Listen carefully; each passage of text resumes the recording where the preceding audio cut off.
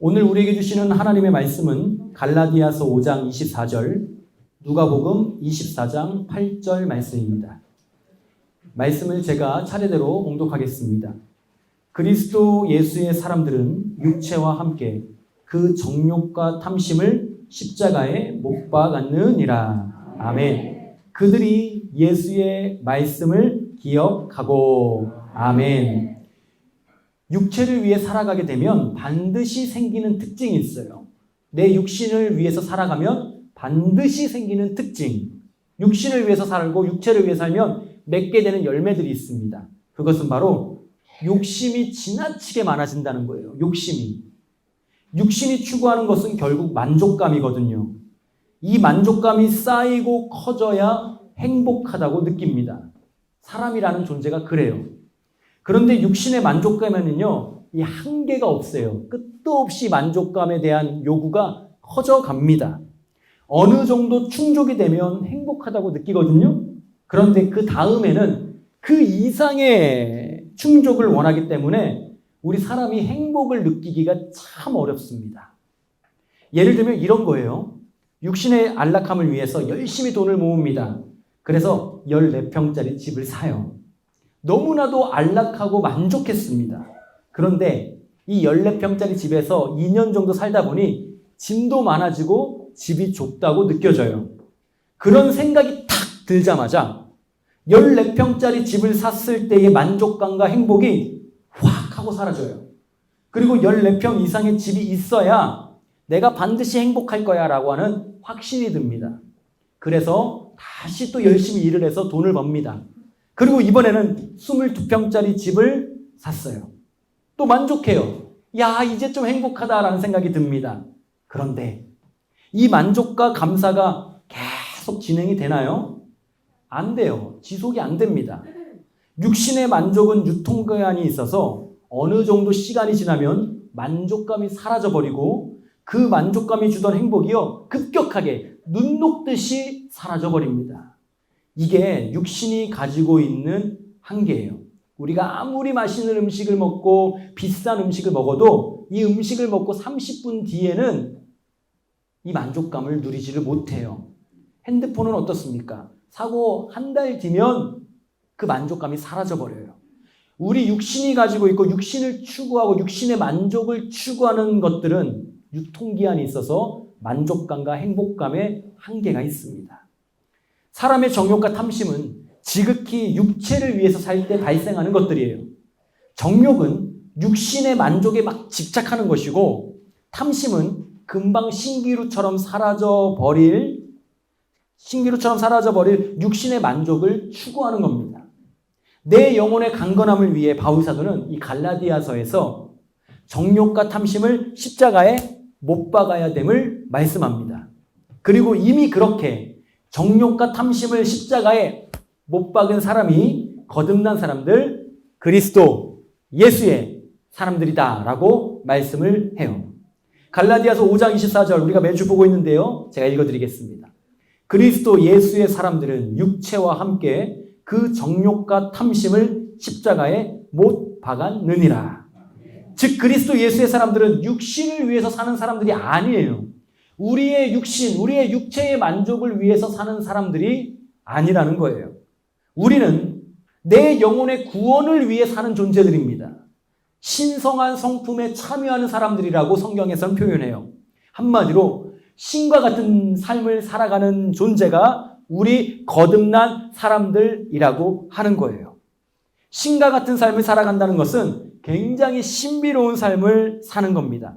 오직 육신의 만족을 쫓아서 육신을 위해서 사는 거듭나지 않은 자연인들은 이러한 신과 같은 존재, 신의 성품에 참여하는 삶을 전혀 이해하지 못합니다. 예수님을 믿지 않는 사람들, 하나님을 거부하는 사람들, 불신앙을 가지고 전혀 하나님에 대해서 믿음이 없는 자들, 불신자들은 신의 성품에 참여해서 살아가는 우리들의 삶을 이해를 못해요. 은혜 받았다라는 말을 그들이 이해할 것 같습니까? 인격적으로 예수님을 만났다. 우리 이해하시죠? 근데 그분들 이해할 것 같아요? 성령으로 충만하다. 성령의 세례를 받았다. 하늘의 소망을 두고 산다. 말씀을 먹고 산다. 이런 것들은요, 불신자들이 전혀 이해 못하는 말들입니다.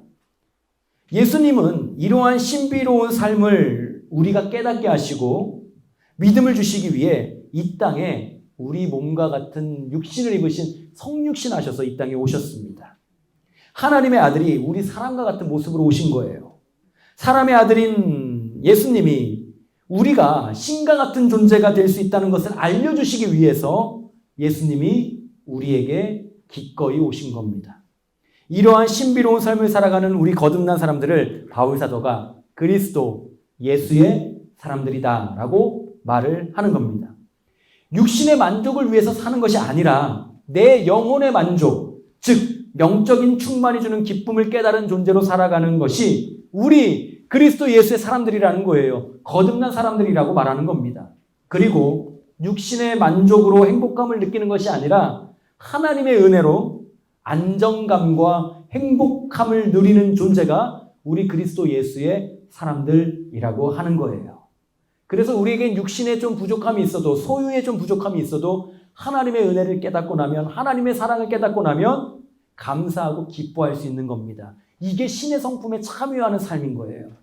상황하고는 상관없어요. 내 몸이 좀 아파도요, 내가 가진 것을 좀 잃어버려도요, 내가 사람들에게 억울한 일을 당하고 상처를 받아도요, 하나님의 은혜가 지금도 나에게 쏟아지고 있다라고 확실하게 믿는 신의 성품에 참여하는 사람들은 감사하고 기뻐할 수 있다는 거예요. 세상은 이런 삶을 전혀 이해 못합니다. 그러나 그리스도 예수의 사람들은 이러한 삶 한가운데 있는 거예요. 푹 젖어서 이것을 누리며 사는 것이죠. 처음에 육신을 쫓아서 살면 만족하고 행복했던 그 시간에는 무엇이 있다고 말씀을 드렸냐면 유통기한이 있다고 말씀드렸어요. 유통기한. 너무나도 빨리 그 만족감과 행복감이 사라져버립니다. 유통기한이 있어서 그래요. 썩어버린다는 거예요. 냄새 날 정도로 썩어버려요. 그것이 왜 그러냐면 육신을 위한 삶은 기억을 못하는 삶이기 때문에 그렇습니다. 기억을 못해요. 처음 14평의 집을 마련했을 때의 그 기분을 기억을 못합니다. 처음 14평의 집을 마련했을 때 그때의 감사, 그때의 만족을 전혀 기억하지를 못해요. 그때의 감동이 전혀 기억이 나질 않는 겁니다. 그렇기 때문에 자꾸 오늘의 현실을 비관하고 원망과 불평을 쏟아낼 수밖에 없는 거죠. 이게 사람이요, 참 가벼운 존재예요. 우리 사람이라는 존재가 가볍고 못난 존재입니다. 그렇기 때문에 아무리 내가 그때 14평짜리의 집을 샀을 때의 그 감사와 감격과 기쁨과 행복을 계속 누리려고 해도 사람이라는 존재는 가볍고 못나서요, 시간이 지나면 유통기한 때문에 그 감사가 사라지는 게 당연한 거예요. 그렇기 때문에 육신으로 살아서는 우리가 참된 만족과 행복을 누릴 수 없다는 겁니다. 썩어버리는 걸 가지고 우리가 어떻게 만족을 하겠어요. 육신을 위한 삶은요, 그렇기 때문에 기억을 상실하게 만드는 지름길입니다. 육신을 위한 삶, 육신의 가치를 쫓는 삶은 기억을 상실하게 만드는 지름길이에요. 신명기가 있습니다. 성경에 66권의 말씀 중에 신명기 말씀이 있습니다. 이 신명기 말씀은 모세가 40년 광야 생활을 마치고 이제 가나안 땅으로 입성하게 될 이스라엘 백성들에게 하나님의 말씀을 아주 꼼꼼하게 가르친 긴 설교문으로 구성되어 있어요. 그 긴 신명기 말씀의 핵심을 딱 4글자로 줄일 수 있습니다. 기억하라. 기억하라로 줄일 수 있어요. 모세는 이스라엘 백성들에게 기억하라고 계속해서 반복해서 말씀하거든요. 그럼 무엇을 그렇게 기억하라고 외쳤던 걸까요? 먼저는 종이었던 본래의 신분을 기억하라고 말합니다. 종이었던, 노예였던 본래의 신분에 대하여 기억하라고 해요. 신명기 16장 12절 상반절 말씀 이렇게 기록되어 있습니다. 너는 애굽에서 종되었던 것을 기억하고. 이스라엘은 본래 애굽에서 종이었습니다. 신분이 노예였어요. 그러나 하나님이 그들을 굽어 살피시고 불쌍히 여기시어 구원하셨습니다. 이스라엘 백성들이 한 일이라고는 모세가 한 말을 듣고 믿은 것뿐이에요.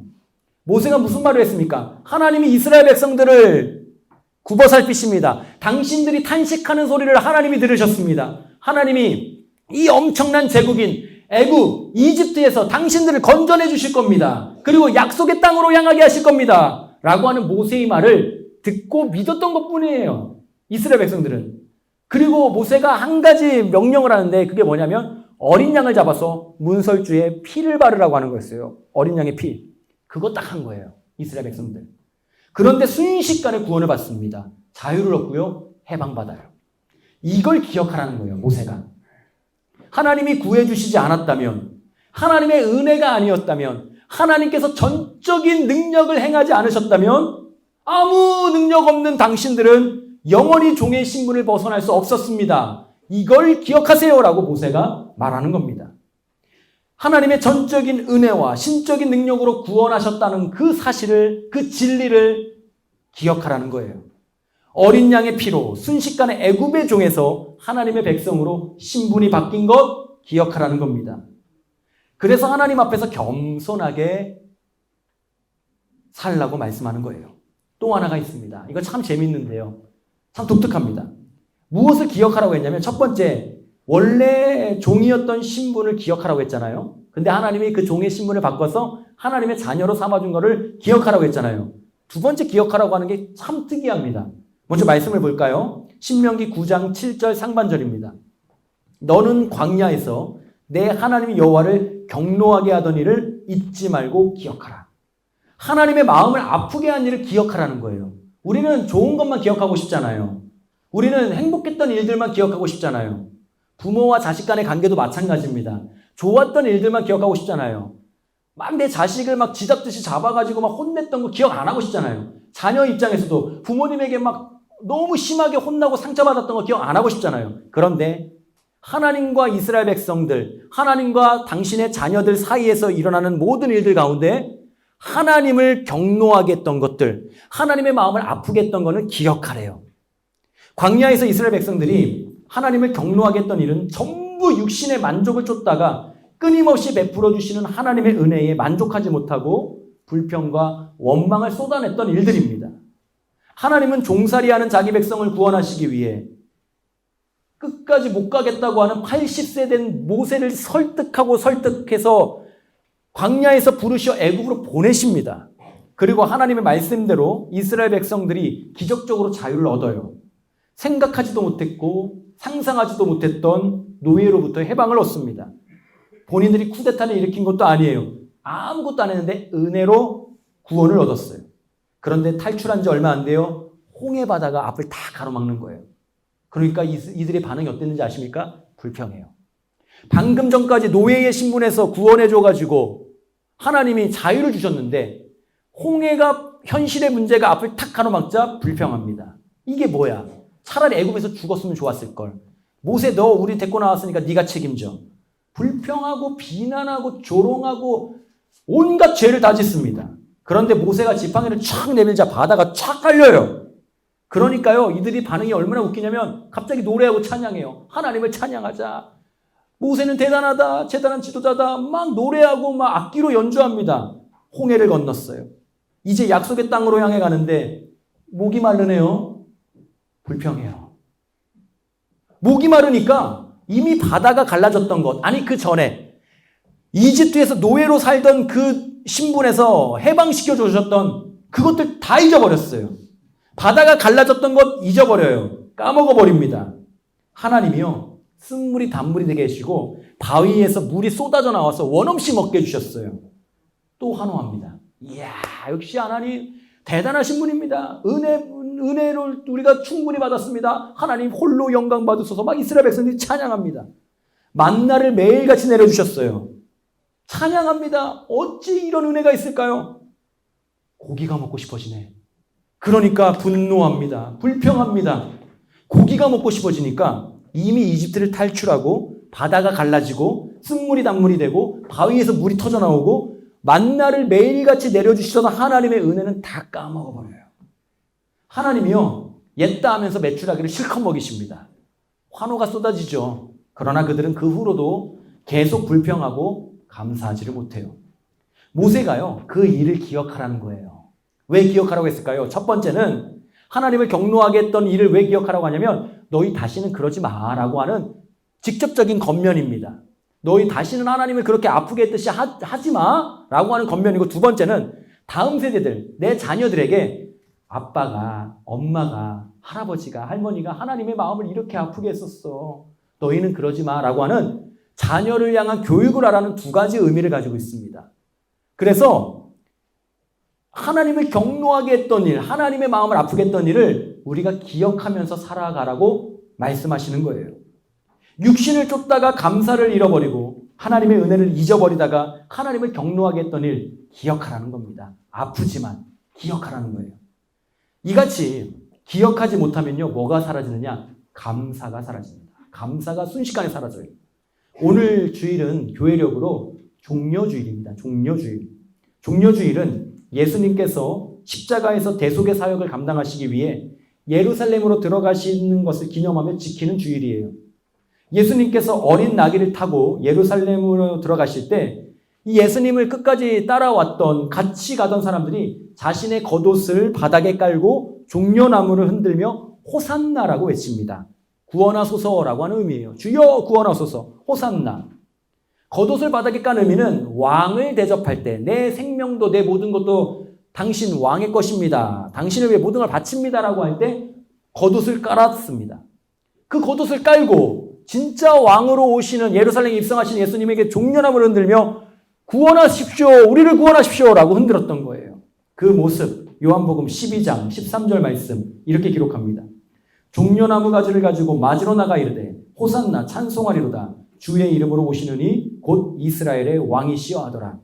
그런데 사실 이렇게 백성들이 외쳤던 호산나, 우리를 구원하세요, 왕이시여 우리를 구원하세요 라고 하는 이 말은 로마의 압제와 식민 지배로부터 나라를 독립시켜달라고 하는 정치적인 소망이 담긴 메시지였어요.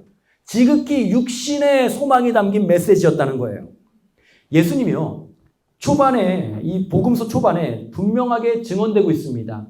예수님이 이 땅에 오신 것은 육신의 구원이 아닌 영혼의 구원, 죄로부터의 구원을 위해 이 땅에 오신 분이라는 것을 증언하고 있어요. 우리를 죄로부터 구원할 자가 되시어 이 땅에 성육신하러 오신 분이라는 거예요. 하지만 영적인 눈이 아닌 육신의 눈으로 예수님을 자꾸 기대하다 보니 영혼의 구원이 아닌 육신의 구원을 위해서 예수님께 소리치는 거예요. 육신의 만족을 이루기 위해 육신의 목적을 두고 호산나라고 외치는 겁니다. 이러한 육신의 눈으로 예수님을 기대하던, 예수님을 쫓던 자들은 결국 자신들의 만족이 이루어지지 않자 예수님을 십자가에 못 박으라고 소리치는 사람으로 변질돼 버려요. 유통기한이 분명히 있는 이 육신의 만족을 자꾸 추구하다 보니 결국 예수님이 자신들에게 하셨던 말씀이나 베푸셨던 은혜들을 다 잊어버렸습니다. 다 까먹었어요. 그래서 얼마 전까지만 해도 자신의 겉옷을 펴서 예수님 앞에 피면서 종려나무를 흔들며 호산나를 외치던 그들이 이제는 예수님을 십자가에 못 박으세요, 예수님을 십자가에 못 박으세요 라고 외치는 자들이 됐습니다. 이에 대한 말씀 마가복음 15장 8절, 11절, 15절에 이렇게 기록되어 있습니다. 무리가 나아가서 전례대로 하여 주기를 요구한대 그러나 대제사장들이 무리를 충동하여 도리어 바라바를 놓아달라고 하게 하니 빌라도가 무리에게 만족을 주고자 하여 바라바는 놓아주고 예수는 채찍질하고 십자가에 못 박히게 넘겨주니라. 육신의 만족을 추구하고 육신을 위해서 사는 삶이요, 이렇게 무섭습니다. 위험해요. 예수님의 말씀을 잊어버리게끔 하거든요. 예수님께 받은 은혜 다 잊어버리게끔 하는 거예요. 주님을 기억하지 못하게 해서 육신적인 만족을 추구하는 삶이 주님을 기억하지 못하게 해서 예수님을 더 이상 귀하게 여기질 않아요. 하나님이 끝도 없이 베풀어 주시는 은혜를 귀하게 여기지를 않아요. 위험한 일이죠. 무서운 일입니다. 예수님께서 말씀을 가르치시던 중에 일명 오병이어 사건을 일으키십니다. 오병이어 사건. 물고기 2마리, 보리떡 5개로 5,000명을 배부르게 먹이시고 12바구니를 남기신 사건이었어요. 은혜의 일입니다. 그런데 사실 예수님께는 이 오병이어 사건이요, 그렇게 대단한 일이 아니었어요. 중요한 일도 아니었고 대단한 일도 아니었습니다. 우리 사람들에게나 있어서 이 오병이어 사건이 정말 어마어마한 기적의 사건이고 놀라운 사건이고 진짜 신의 능력이 아니고서는 일어날 수 없는 사건이라고 받아들여지지만 예수님 입장에서는 이 오병이어 사건이 별일 아니었다는 거예요. 예수님이요, 복음을 전하십니다. 천국을 전하시며 소망을 주십니다. 그래서 사람들이 영적인 포만감으로 충만하게 해요. 하나님의 은혜로 충만하게 해요. 이 험악한 세월을 믿음으로 이겨낼 수 있는 영적인 포만감으로 꽉 채워주십니다. 그 일을 위해서 전심전력을 다하셨거든요. 그러다가 영적으로 충만한 일이 있고 난 다음에 사람들의 육신에 배고픈 소리가 들리는 거예요. 꼬르르 꼬르르 소리가 들리는 거예요. 그러니까 예수님이요, 그저 밥 한 끼 대접해 주신 거예요. 그냥 먹여주신 것이 아니라 영적인 것도 풍성하게 주신 분이 먹을 것도 풍성하게 주신 겁니다. 복음과 천국에 대한 가르침도 풍성하게 해주셨기 때문에 육신에 먹을 것도 풍성하게 해주셨다는 거예요. 물고기 2마리, 보리떡 5개로 5,000명 먹이시고 12광주리를 남기시면서 말입니다. 이에 대한 말씀, 누가복음 9장 16절 17절 말씀 이렇게 기록되어 있습니다. 예수께서 떡 5개와 물고기 2마리를 가지사 하늘을 우러러 축사하시고 떼어 제자들에게 주어 무리에게 나누어 주게 하시니 먹고 다 배불렀더라. 그 남은 조각을 12바구니에 거두니라. 그런데 이 육신의 배부름을 경험한 사람들이요, 영적인 포만감을 누렸던 것을 단번에 잊어버립니다. 육신의 배부름만 기억해요. 보리떡하고 물고기만 기억해요. 그 전에 하나님의 말씀을 듣고 천국에 대한 소망의 이야기를 듣고 정말 은혜로 충분하게 젖었던 이거를요, 순식간에 버려버리고 까먹고 육신의 배부름만 기억합니다. 사람이라는 존재가 이렇게 한도 끝도 없이 가볍다니까요. 못난 존재예요. 그래서 예수님을요, 자신들의 만족을 채워주는 육신의 왕으로 막 세우려고 합니다. 정치적인 왕으로 세우려고 해요. 예수님이요, 그 일이 벌어지자 어떻게 하셨느냐? 그들을 떠나십니다. 예수님이 요한복음 6장에서 소위 떡 이야기를 하십니다. 떡. 사람들이 떡을 좋아한다고 말씀하세요. 떡. 사람들이 먹을 거 좋아한다는 거예요. 즉 사람들의 본성 자체가 육신을 쫓아서 사는 미련한 존재라는 것을 말씀하신 겁니다. 그러시면서 예수님이요, 스스로를 떡이라고 하세요. 내가 떡이다 이렇게 말씀하세요. 스스로를 먹을 거라고 말씀하시는 거예요. 내가 먹을 겁니다. 내가 떡입니다. 내가 파전입니다. 내가 동태찌개입니다. 이렇게 말씀하신 거예요. 정말로. 제가 가래떡입니다. 이런 식으로 말씀을 하신 거거든요. 요한복음 6장 48절 이렇게 기록합니다. 내가 곧 생명의 떡이니라. 그냥 먹을 게 아니라고 하시죠. 살려주는 먹을 거래요. 생명을 주는 떡이라고 말씀하십니다. 당시 사람들이요, 의아한 거예요. 들으면서 이상한 거예요. 미친 사람 소리 같은 거예요. 이해가 안 되거든요. 이해가 안 되는 거예요. 내가 떡이다. 이러니까 사람들이요, 그때부터 예수님을 막 떠나기 시작합니다. 그래서 요한복음 6장 말씀 보면요, 사람들이 막 떠나요. 예수님의 말씀이 너무 어렵다, 이해를 못하겠다, 저분이 무슨 말을 하는지 이해를 못하겠다, 어떻게 말을 저렇게 하시냐, 이러면서 예수님을 막 떠나갑니다. 내가 떡이라고 하니까 떠나가요. 이 당시 사람들이 의아했던 이유가 있죠. 예수님이 보리떡을, 이게 빵 같은 걸 이렇게 보여주시면서 이 음식을 먹어야 힘이 나고 생명을 유지할 수 있습니다 라고 말씀하셨으면 사람들이 이해했을 거예요. 그렇지 라고 했을 거예요. 그런데 예수님이 나를 먹어야 됩니다. 나를 먹어야 힘이 나고 나를 먹어야 생명을 유지할 수 있습니다 라고 말씀하시니 사람들이 반응이 어떠했겠습니까? 혼란스러운 거예요. 사람들이 다 떠나갑니다. 그래서 예수님이 유명한 질문을 하시나요? 너희도 가려느냐? 라고 말씀하시잖아요. 다 떠났거든요. 사람들이 어려우니까. 무슨 말씀인지 모르겠으니까. 다 떠났어요.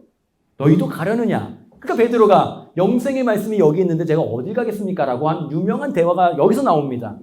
어찌됐든 예수님이 사람들이 다 빠지고 나고 제자들과 몇 명의 자기 사람들이 남자 이 말씀을 풀어서 다시 한번 설명을 해주십니다. 요한복음 6장 51절에 나는 하늘에서 내려온 살아있는 떡이니 사람이 이 떡을 먹으면 영생하리라.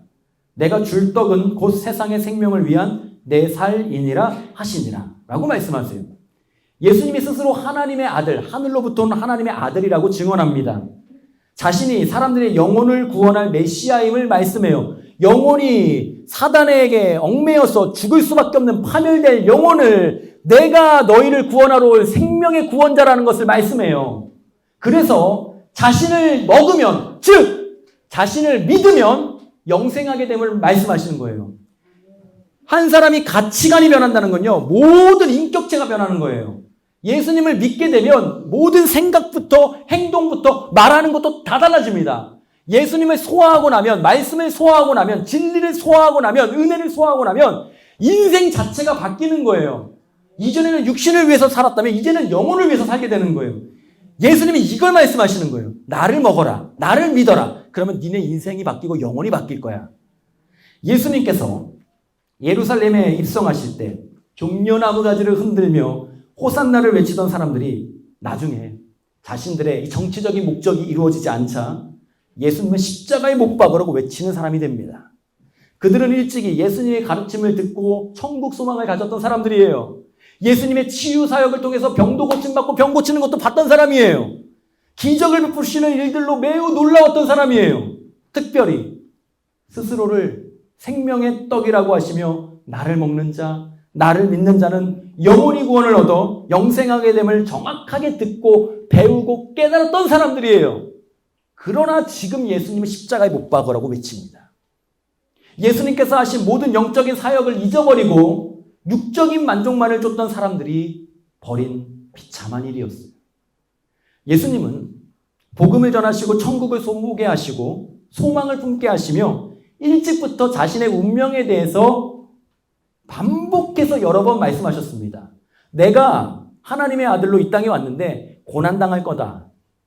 죽임당할 거다. 십자가에 못 박혀 죽을 거다. 그리고 3일 만에 살아날 거다. 그리고 몇백 년 전부터 선지자들이 구약 성경에서 예언한 그 메시아, 나무에 달려 죽을 거다. 그리고 그 메시아가 다시 살아날 거다.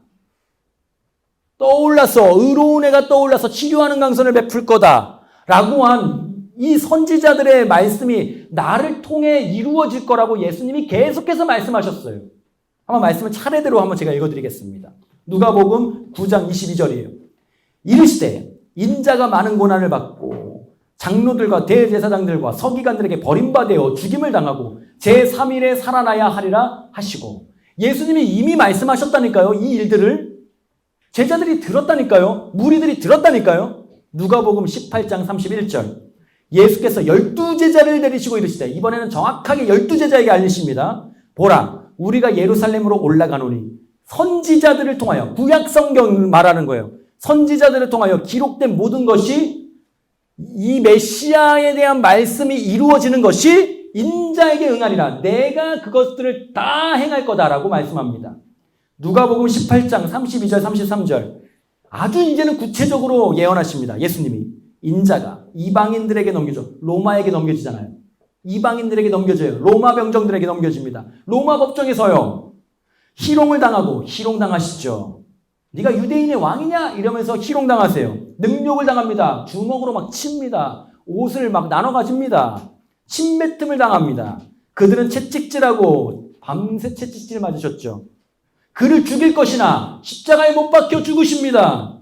그는 3일 만에 살아나리라 하시되, 그러나 그 죽음을 이기시고 3일 만에 살아나실 거예요. 이걸 예수님이요, 계속해서 말씀하셨던 거예요. 예수님은 성경대로 오셨고, 성경대로 사셨고, 성경대로 고난받으셨고, 성경대로 죽으시고, 성경대로 다시 살아나셨습니다. 예수님이요, 갑자기 충동적으로 말씀하시거나 행동하신 적이 없으세요. 철저하게 하늘의 계산대로 움직이셨던 분이에요. 철저하게 하나님의 뜻과 계획 안에서 성경을 성취하시면서 일하시고 말씀하셨습니다. 그래서 내가 잡힐 것, 내가 고난당할 것, 내가 십자가에 못 박혀 죽을 것 일찍부터 말씀하셨어요. 그리고 3일 만에 무덤을 이기시고 다시 살아나실 것도 말씀하셨습니다. 이러한 대속의 사랑은 철저하게 성경대로 완성이 됩니다. 예수님이 영혼을 구원하시기 위해 이 땅에 오셨고 많은 사람들에게 이 영적인 은혜를 계속해서 가르치셨어요. 잡히실 것, 고난당하실 것, 죽으실 것, 다시 사실 것 다 말했습니다. 반복해서 말했습니다. 여러 번 말했습니다. 하지만 사람들이요, 자신의 육적인 만족이 이루어지지 않자, 현실의 어려움이 부딪히자 그 예수님의 말씀을 잊어버려요.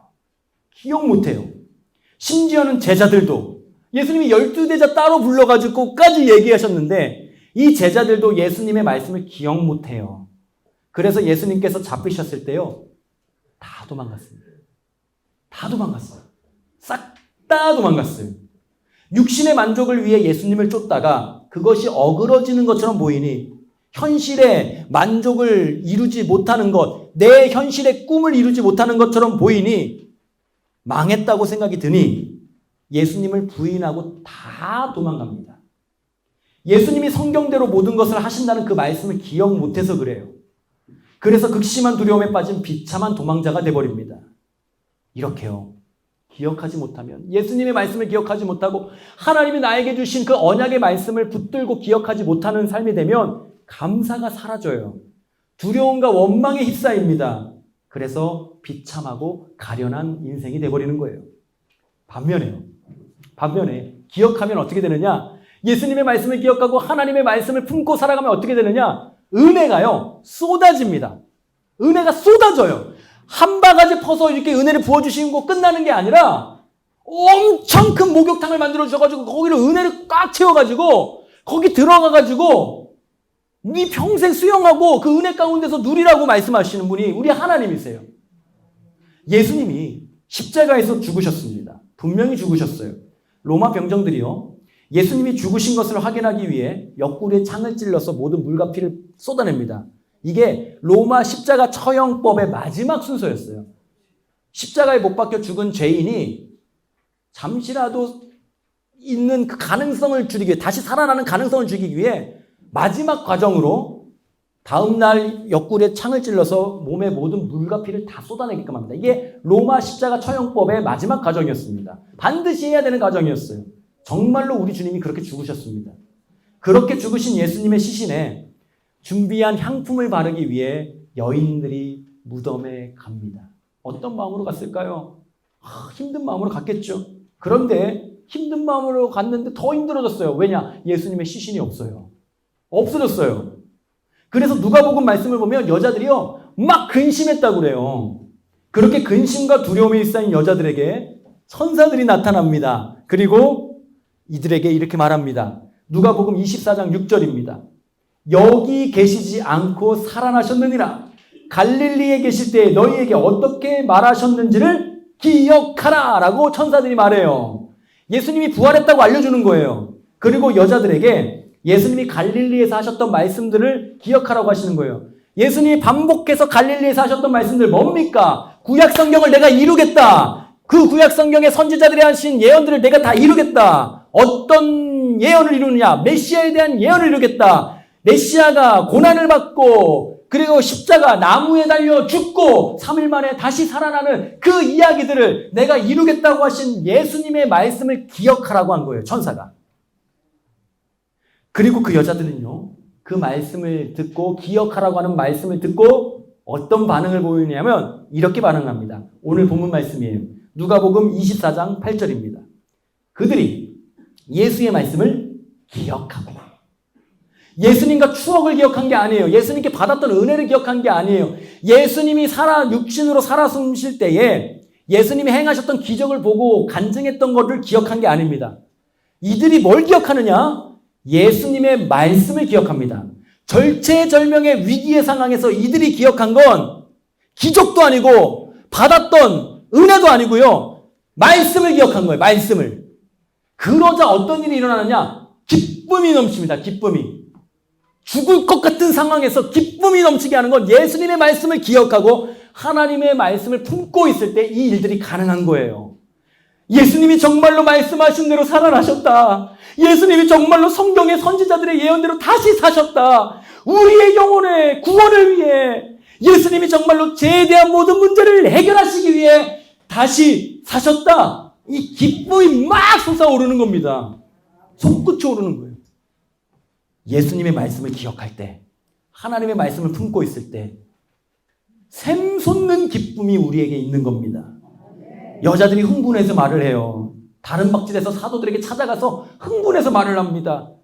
예수님이 다시 사셨습니다. 예수님이 다시 사셨습니다. 예수님이 갈릴리에서 하셨던 그 예언의 말씀대로 다시 사셨습니다. 사도들에게 가가지고 여자들이 막 말을 해요. 그런데 예수님의 말씀을 기억해서 기쁨과 흥분의 도가니인 여자들과는 달리 예수님의 말씀을 여전히 기억하지 못하는 이 제자들의 반응이요, 완전히 대조적이에요. 말씀을 한번 먼저 볼까요? 누가복음 24장 11절입니다. 사도들은 그들의 말이 허탄한 듯이 들려 믿지 아니하나. 현실적이지가 않은 거예요. 뭔 말이야. 공허한 거예요. 나한테 지금 닥친 이 현실의 문제, 현실의 아픔, 현실의 상처 때문에 예수님의 말씀이 기억이 나질 않으니 허탄한 거예요. 공허한 거예요. 허무한 거예요. 그리고 그것이 끝이 아니라 예수님의 말씀을 기억하지 못하니 말씀을 보니 믿지 아니하나, 믿음도 없어요. 시편 103편에서 다윗이요, 자신의 영혼을 향해 이렇게 명령합니다. 자기 영혼을 향해서 명령하는 거예요. 왕으로서 백성들에게 명령한 게 아니라 왕이 왕 자기한테 명령하는 거예요. 어떻게 명령하느냐? 시편 103편 2절입니다. 내 영혼아 여호와를 송축하며 그의 모든 은택을 잊지 말지어다. 내 영혼아 여호와를 송축하며 그의 모든 은택을 잊지 말지어다. 자신의 영혼에게 명령하는 거예요. 잊지 말라고. 하나님께서 나에게 베푸신 모든 은혜를 잊지 말라고 명령하는 겁니다. 다윗은 하나님의 마음에 합한 사람이에요. 하나님이 직접 칭찬한 분이라고요. 그러면 다윗이요, 이렇게 노력하지 않아도 하나님을 향한 믿음 잘 지킬 수 있는 사람이라고 우리는 생각되잖아요. 그런데요, 다윗은 자기를 믿지 않았어요. 이 명령을 한 걸 보니까 자기 자신의 그 육신을 믿지 않았어요. 그래서 매일마다 명령한 겁니다. 내 영혼아 여호와를 송축하며 그의 모든 은택을 잊지 말지어다. 내 영혼아 여호와를 송축하며 그의 모든 은택을 잊지 말지어다. 막 명령한 거예요. 이러니까 다윗의 영혼이요, 날마다 소생하고 살고 행복하고 강건하고 정말 하나님이 보시기에 합당했던 삶을 살았던 겁니다. 우리의 모든 성도님들이요, 매일마다 다윗과 같이 내 영혼을 향해서 이렇게 외치고 명령하기를 간절히 소망합니다. 내 영혼아, 내 인생아 여호와를 송축하고 예배하며 경배하라. 하나님께서 나에게 베풀어 주신 모든 은혜를 잊지 말아라. 내 영혼아. 이렇게 내 영혼을 위해서 명령하는 우리 모든 성도님들 되시기를 간절히 소망합니다. 이럴 때 은혜가 쏟아지는 거예요. 또한 시편 119편을 기록한 시인이 이렇게 고백합니다. 119편 93절입니다. 내가 주의 법도들을 영원히 잊지 아니하오니. 법도들을 잊지 않는데요, 주께서 이것들 때문에 나를 살게 하심이니이다. 시인이요, 주의 법도들, 즉 하나님의 말씀, 하나님께서 주신 말씀들을 영원히 잊지 않는데요, 그러자 이 하나님의 말씀을 기억하는 일 때문에 하나님께서 나를 살게 하신다고 고백하는 거예요. 우리 그러잖아요. 아유 살맛이 안 난다, 이런 표현 많이 하죠. 아유 살맛도 없다, 살맛이 안 난다. 살맛 나게 해주는 게 뭐냐? 지금 알려주시는 거예요. 하나님이 나에게 주신 언약의 말씀들, 예수님이 해주신 소망의 말씀들, 성령님이 내 안에서 역사하시면서 주시는 말씀들을 기억할 때 살맛 나는 거예요.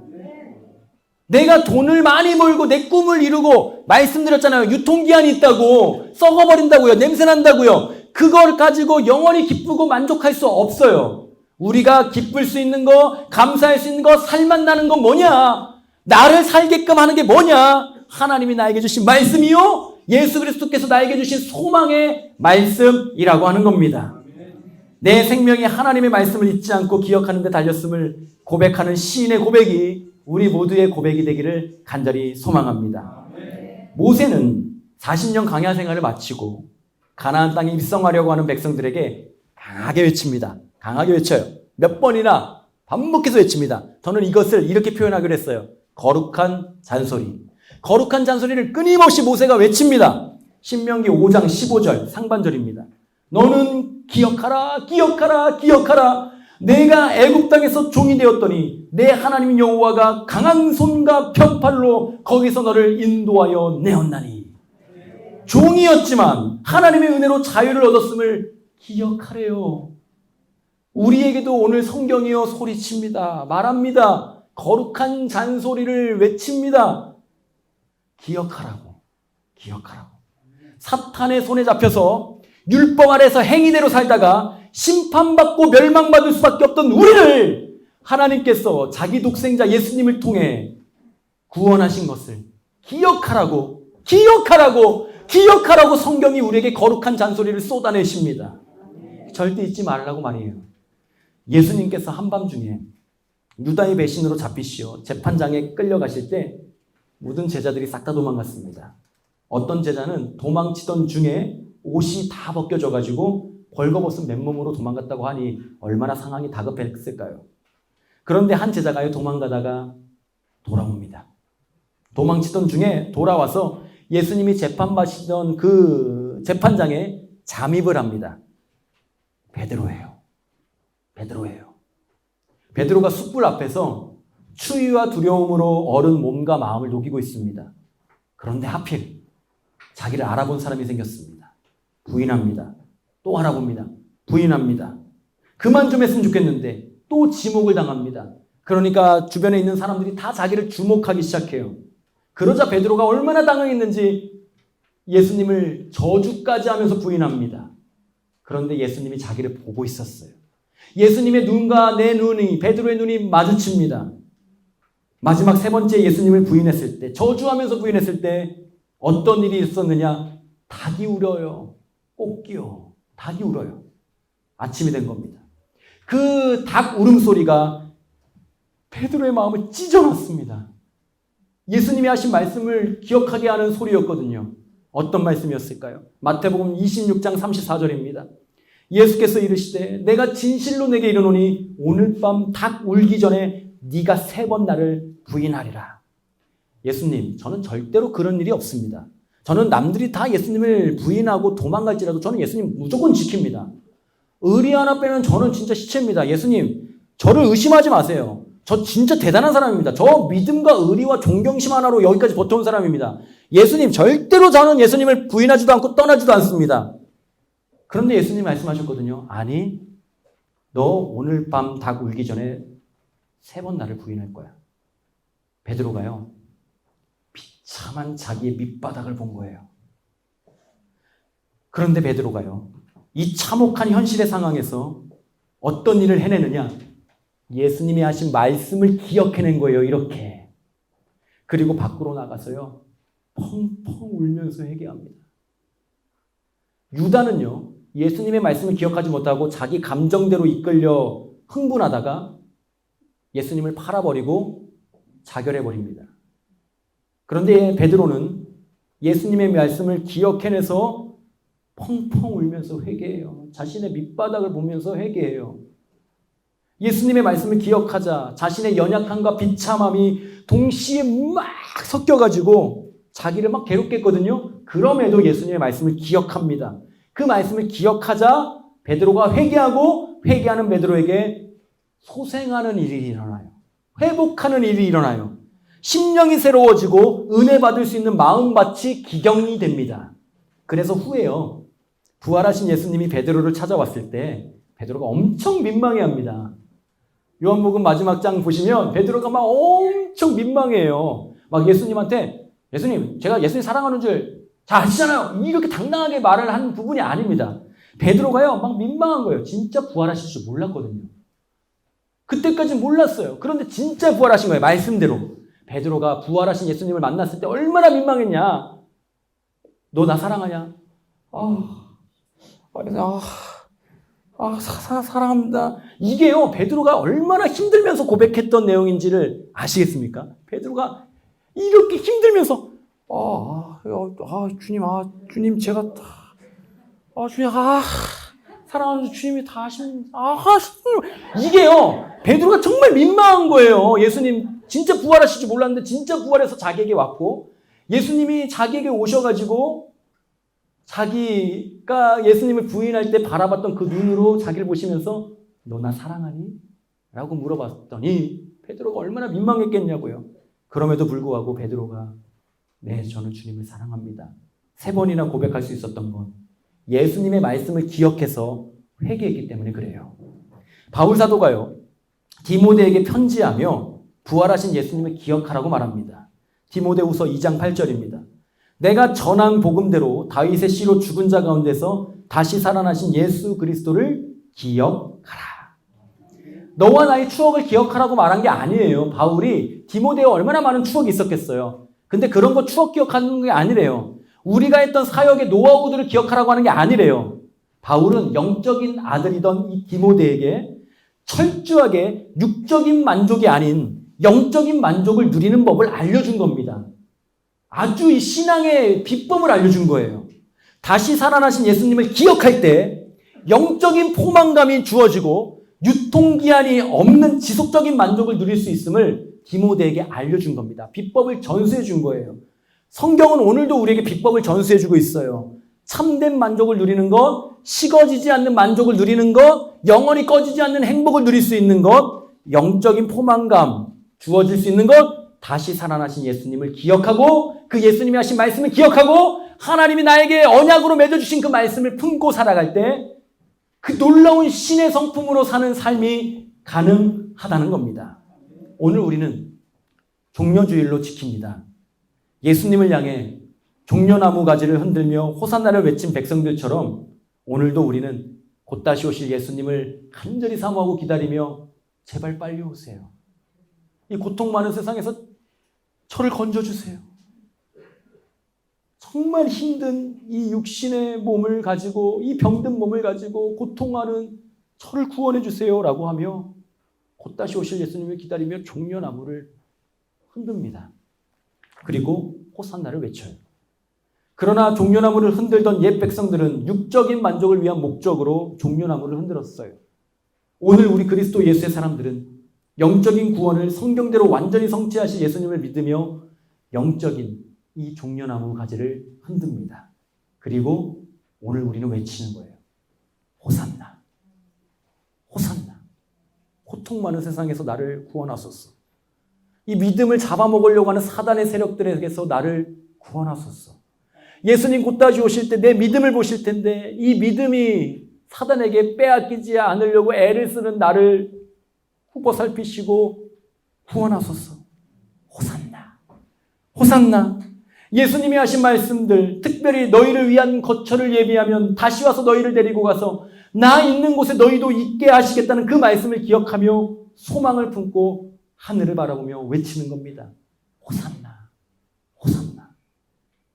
이렇게 예수님의 말씀을 기억하는 사람들, 그리스도 예수의 사람들을 우리 하나님이 기억하십니다. 다시 한번 말씀을 드릴게요. 우리가 하나님의 말씀을 품고 예수님이 하신 말씀을 기억하며 살려가려고 애를 쓰잖아요. 그 애를 쓰는 그리스도 예수의 사람들, 거듭난 사람들을 우리 하나님이 어떻게 하시느냐? 기억하신다는 거예요. 출애굽기 2장 25절 말씀 이렇게 기록합니다. 하나님이 이스라엘 자손을 돌보셨고 하나님이 그들을 기억하셨더라. 하나님은 자기 백성을 돌보시는 분이시고 잊지 않으시는 분이라는 겁니다. 하나님이 이스라엘 자손을 돌보셨고 하나님이 그들을 기억하셨더라. 하나님이 그리스도 예수의 사람들을 돌보셨고 하나님이 그리스도 예수의 사람들을 기억하셨더라. 하나님이 수정동 교회를 돌보셨고 하나님이 수정동 교회를 기억하셨더라. 애굽의 노예였던 이스라엘 자손을 하나님이 안 버려요. 안 버리십니다. 하나님이 기억하시고 돌보세요. 400년 동안 하나님이 그들을 기억하세요. 그들은 400년 동안 시간이 지나면서 하나님이 우리를 잊어버린 것 같다라고 하는 생각이 들고 심지어는 그들은 하나님을 잊어버렸어요. 그런데 하나님은 400년이 넘는 시간 동안 그들의 탄식하며 부르짖는 소리 다 듣고 계셨습니다. 그리고 때가 되어 그들을 구원하셨어요. 때가 되어. 육적인 만족을 쫓는 삶의 결말은 허무하고 비참합니다. 끝도 없는 행복을 찾아보지만 영혼에 아주 심한 목마름만 있을 뿐이에요. 그러나 영적인 만족을 갈구하며 살아가는 삶은 한마디로 복됩니다. 하나님이 그 인생을 굽어 살피시고 돌보시고 기억하시기 때문에 그래요. 오늘의 삶이 힘들고 벅찬 삶이지만 그래도 한번 살아볼 만한 이유가 이 이유에 있습니다. 하나님이 나를 돌보시고 나를 기억하신다는 것 때문에 말입니다. 하나님은 오늘 우리에게 이렇게 말씀하시며 약속하십니다. 이 하나님의 약속의 말씀 한 목소리로 읽어보도록 하겠습니다. 이사야 49장 15절 말씀입니다. 시작. 여인이 어찌 그 젖 먹는 자식을 잊겠으며 자기 태에서 난 아들을 긍휼히 여기지 않겠느냐. 그들은 혹시 잊을지라도 나는 너를 잊지 아니할 것이라. 아멘. 제가 다시 한번 읽어드릴게요. 제가 이번 주에 너무 은혜를 많이 받은 말씀이에요. 여인이 어찌, 엄마예요. 엄마가 어찌 그 젖 먹는 자식을 잊겠으며 자기 태에서 난 아들을 긍휼히 여기지 않겠느냐. 아들은 혹시 잊을지라도 엄마는 아들을 잊지 아니할 것이라. 엄마는 아들을 못 잊어요. 못 잊습니다. 아들은 엄마를 잊어요. 재밌는 게 있거나 친구들하고 있거나 하면 엄마를 잊어요. 근데 엄마는요, 아들을 절대 못 잊어요. 엄마는 그리고 아들을 절대 포기 못해요.